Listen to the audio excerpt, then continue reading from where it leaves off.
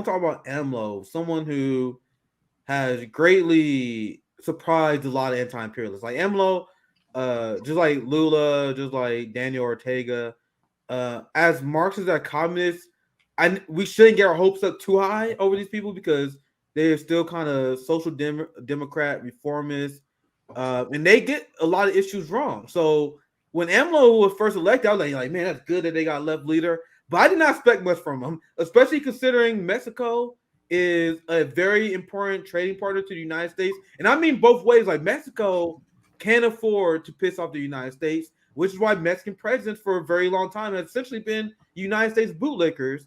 Not necessarily because they want to be, because they literally had no choice. You're right next to one of the biggest superpowers. It's in your best interest to have a good relationship with them. That's why leftists generally not super excited about Mexican presidents, even AMLO, because we're like, yeah, there's the reality is if you're next to the United States, you're Mexico, you can't be rogue and criticize the empire.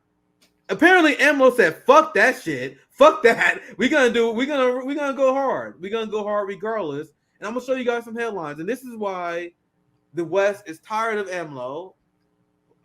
There's many reasons. And I'm gonna show you guys a few. You have AMLO from Mexico who wanted to nationalize lithium, which will be a giant blow to American companies. And this is one of the things that AMLO ran on, and one of the things that he started to push as president that really made the U.S. media turn on him. And then I'm going to show you guys this tweet from Ben Norton. Ben Norton explains, foreign corporations are furious over mining reforms of Mexico's leftist AMLO government. So what AMLO is doing is he is fucking up capitalism and capitalists right now.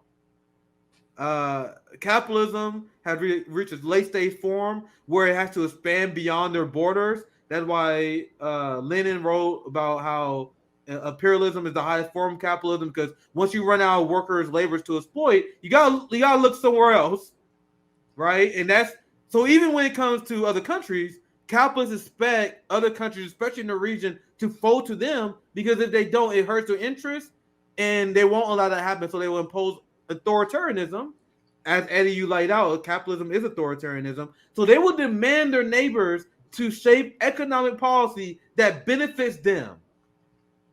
How fucked up is that? Don't look out for your own people. You look out for American corporations. This is the mindset of capitalists, and this is what they expect of their allies.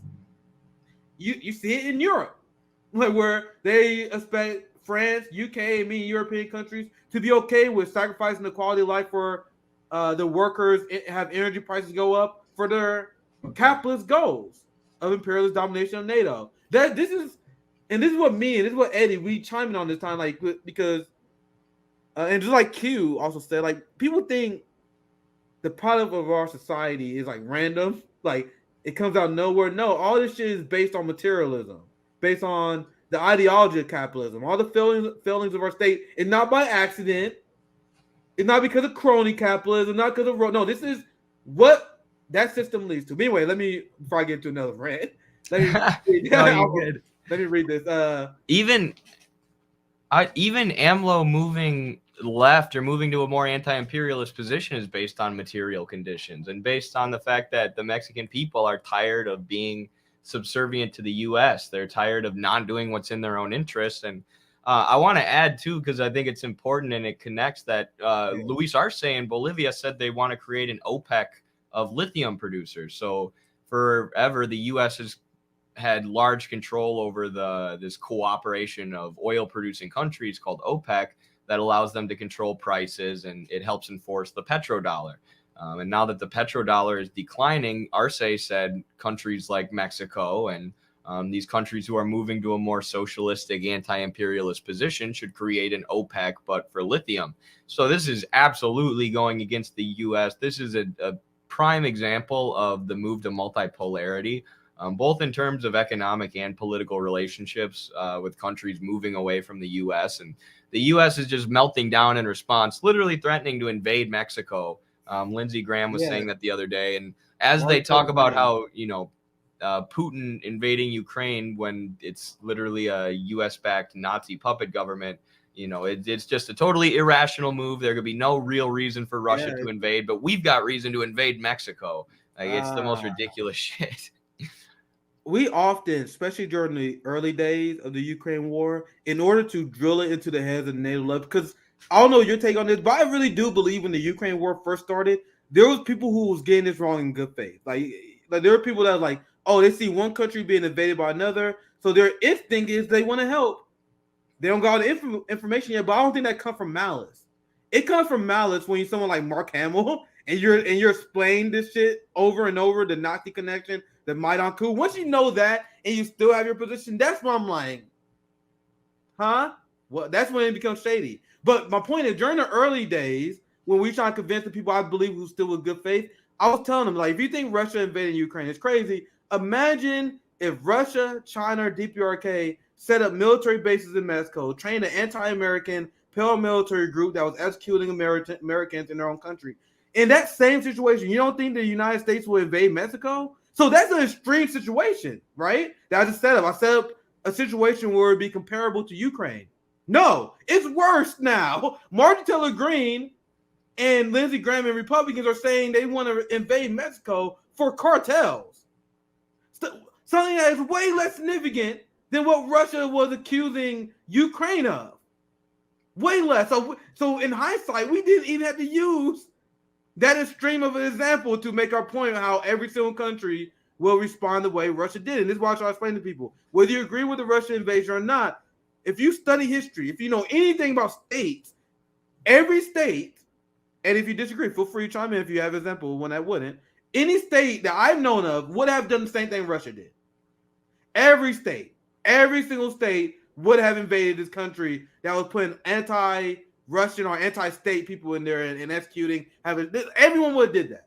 Then you had this country break treaties, sign with like every country would have invaded, as shown by United States action. So as someone who lives in the imperial core, our job is to hold our government accountable, and where our taxpayer money is going to NATO. Like, we gotta hold these people accountable for setting up the situation that caused the war in Ukraine. We are the ones who put Russia in a position where they had no choice but to invade. I've been asking this question for a year, Eddie. What was Russia's alternative? Some people said that they could hedge. I saw early on people said they should have hedged the Nord Stream pipeline as a way to get the West on board instead of invading Ukraine. Look how that worked out. Did you see how invest? So I don't know. I'm not from Russia. I'm not here. That's not my job to figure out what they should have done otherwise. We all know every country would have done it. So we need to hold the countries accountable that set the situation up, which is the West and NATO. But anyway, let me continue with the AMLO story. We almost finished here. So you have AMLO who wanted to step up, lift their nationalization, giant blow to Western companies. And then you also have Ben Norton. I finished the tweet. I didn't get a chance to finish it because I went on a rant. But Ben Norton said corporations are furious over the mining reforms of Mexico's leftist AMLO government. Mexico is the world's largest silver producer and a major producer of other metals. It plans to assert more public control over its materials and boost regulation. So and I'm showing just a few examples of AMLO being base as hell. You had AMLO who also led an international campaign against the United States blockade of Cuba. You have AMLO that led an international campaign to boycott the Summit of Americas because Biden's position on Venezuela and refusing to invite, I think it was Venezuela, correct me if I'm wrong, Nicaragua. What's the other country I'm blanking on? There's one more country they didn't invite. But anyway, the point is people got upset over that, and AMLO led the charge to call them out. So I showed you guys the receipts earlier, first, to show you guys why the West considered this guy to be a threat and a problem. And I didn't predict him to be this renegade against the West. So this is the main story what I was building up to. You have President AMLO, who claims he's been spied on by the Pentagon. So let's watch. Y vamos a cuidar ya la información de la Secretaría de Marina y la Secretaría de la Defensa, porque estamos siendo objeto de espionaje del Pentágono y muchos medios de información en México están filtrando información que les entrega la DEA. One hell of a charge. So you have the recent Ukraine leaks that exposed the United States as spying on their own allies in Europe, including the Ukrainians. We don't even need leaks for that because this ammo, like, these motherfuckers spying on me. So they spying on Mexico. The United States have an unhinged international spying program that's targeting dissidents. But this is something the NATO left don't feel important to talk about. They're not going to raise concerns over this. In fact, I wouldn't be surprised if I see a progressive manufacturer consent towards invading Mexico. They're going to say, we got to get the cartels under control. At this point, guys, I would not be surprised because I have been surprised over and over again. Despite being a critic, I'm a squad critic, Eddie, and I'm still surprised over shit they do. Like, I'm still like, what? You funded who? Any last thoughts on AMLO or any final takes on geopolitics as a whole before we get you out of here? Yeah, I mean, it's awesome to see that Mexico is joining these countries moving in this anti-imperialist direction, probably joining that new OPEC of lithium producers and nationalizing their lithium. Yeah, it's funny how every time the DEA goes somewhere and the U.S. is telling us that we need to have the DEA there to fight the cartels, drug trafficking tends to increase or stay really bad. Yeah. And then we find out the DEA is meddling in their elections. I mean, that's been for years in Colombia, which Hugo Chavez called the Israel of Latin America because of the amount of U.S. influence there, largely through the DEA. So it's awesome to see AMLO calling this out. He even stood up for Trump the other day when Trump was indicted. He said, and I think this is a callback to what you said about the free speech warriors on the right not standing up for the socialists being persecuted, whereas AMLO, someone who has actual principles, stood up for Trump and said that it was the Democrats trying to indict him for political purposes. So just shows the difference there between standing on principle and not. I'm sure these folks like Ben Shapiro won't have shit to say about the socialists currently being persecuted. He didn't have anything to say, or these free speech warriors on the right didn't have anything to say when we had 7 of our TikTok accounts banned for telling the truth about Ukraine. Yeah. So, yeah. Yeah, nowhere to be found. I remember that. No right-wingers was like, oh my God, Midwestern Marx. Nowhere to be found. But this is the headline you just referenced. I'm glad you did because it's an important point. You had AMLO who called out Trump charges being political, which they are. Anyone who denies that is the biggest bootlicking Democrat person that is out there. So, if you guys don't think it's political, there's literally one. You can use many examples that can completely destroy this argument. George W. Bush is a fucking criminal. And Barack Obama and the Democrats said we should move on, that we shouldn't prosecute him because that would be damaging to our country. The reason why they had that position because George W. Bush was effectively retired. Not only was he retired, he was anti-Trump. So they chose not to prosecute his crimes because he's politically on their side. And he also politically not a threat. If George W. Bush was running for Senate, if you were challenged, like imagine it was a contested, the Senate is split 50-50. And George W. Bush ran for Senate in Texas against Beto O'Rourke for that one Senate seat that they needed to control Senate. You think Democrats all of a sudden would be talking about prosecuting George W. Bush in that situation? Of course they would. They don't now because he's not a political threat. He retired making paintings. His war crimes keeping him up at night. He's a retired old man. That's why they don't prosecute him. They prosecute Trump because he's planning on running again. That is the definition of political. And now AMLO's position and what he says is, he says, imagine if Mexico or any country in the global south was caught charging their current number one political enemy. That is literally what they accuse Nicolas Maduro of doing. That is what they accuse Cuba of doing. They always accuse United States enemies of prosecuting their political opponents.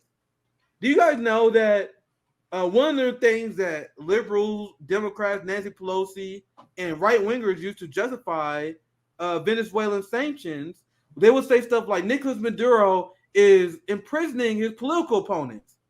Nicolas Maduro executed his political opponents. And then you look into that story, the people that he sent to prison are people who literally tried to assassinate him. They stole a government helicopter and fired grenades at the presidential office. I remember looking up that story and being like, what? This is not political persecution. This is them putting a terrorist in jail. Exactly, Eddie. So Nicolas Maduro did what literally any country in the history of humanity did after an attempted assassination of the leader. They put them in prison. And then all the Western media outlets, including liberal ones, were like, oh my God, political persecution of political parties. So let me get this straight. A political party can plan an assassination of a leader, and that's political persecution, but you guys get Trump on a misdemeanor campaign finance law, but you try to convince us this is not political. Get the fuck out of here. No one who's not brainwashed by the red-blue game, like AMLO and many others, will stand for that.